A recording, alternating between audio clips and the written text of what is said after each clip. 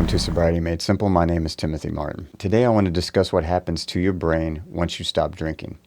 When you stop drinking, your brain experiences several changes. These changes include symptoms of withdrawal, unfortunately, such as difficulty sleeping, irritability, hyperactivity in the amygdala circuits, which sometimes leads to heightened negative emotional states such as anxiety, dysphoria, and emotional pain.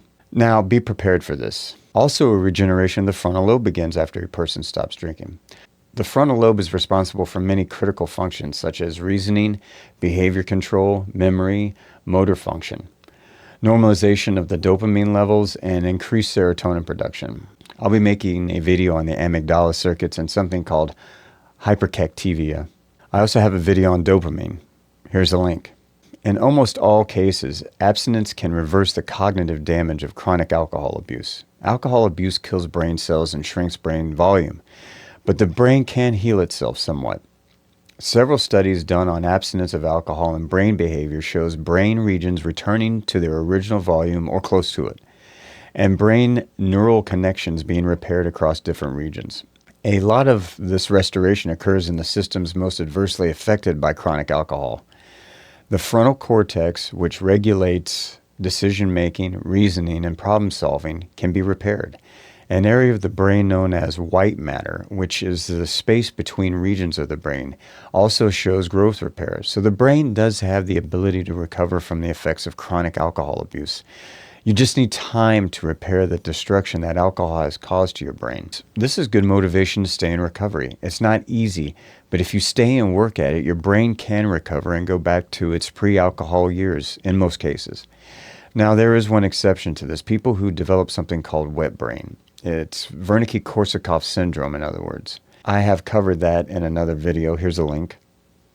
It happens from an inadequate amount of B1 thiamine. And that damage, unfortunately, if gone unchecked, is irreversible. So hopefully your drinking hasn't gotten this far. Now, here's some unfortunate bad news. At first, when you stop drinking, you're going to go through something called post-acute withdrawal syndrome. I have a video on that. Here's a link. About 2 weeks after abstinence, when you get through the initial withdrawal symptoms, your brain is going to be resetting itself. And you might experience things like confusion, irritability, distraction, decreased ability to concentrate, slower reaction times, decreased ability to use abstract thinking, decreased short-term memory, impaired learning skills, impaired mental flexibility, impaired visual spatial ability. Now, these things will vary with each individual depending on the severity and length of alcohol abuse. People recovering from AUD experience substantial and varied thinking deficits, usually beginning about 2 weeks into recovery. These thinking problems really help to explain a high relapse rate during the first periods of abstinence. People don't think they're getting any better. They don't realize that this is going to take time. Before you get better, you're going to have to go through these feelings. And a lot of people don't know that.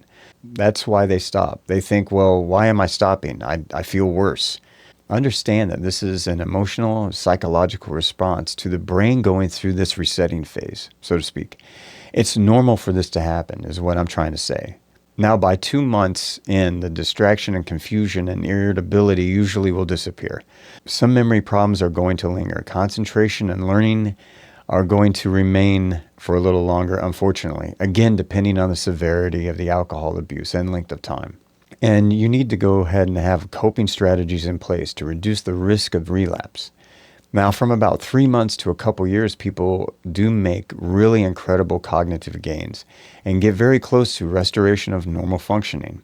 Within 5 to 7 years, even better. So there's good news out there for us. Your brain can repair itself, and it can get back a lot of its function. Plus, the abstinence of alcohol works on the other organs of your body and are going to aid you in helping brain function, especially your liver. So as time goes by, your cognitive ability is going to increase. And with a lifestyle of activity, good diet, exercise will also help with healthier brain function. I hope this video helped you out. Now it's time to stop. Do your brain a favor and quit, for the damage is irreversible. Remember what I said about Wernicke-Korsakoff syndrome. Watch that video. And please take care, okay? And a little bit of advice, start taking a B1 thiamine supplement, okay? Getting through this first part is going to be the toughest. If you prepare yourself for that, the first few months will be tough and it's going to test you, but then have a plan. Know that in advance. Get some good support around you and mentally prepare yourself. Knowing is a big part of the battle, and now you know. Please hit the thumbs up button and subscribe if you haven't. It helps me to continue to make these videos. You can do it, okay? You can do it because I'm doing it. And I know if I can do it, you can do it, all right? Hang in there. We'll see you in the next one. And remember, you got this, okay? Bye.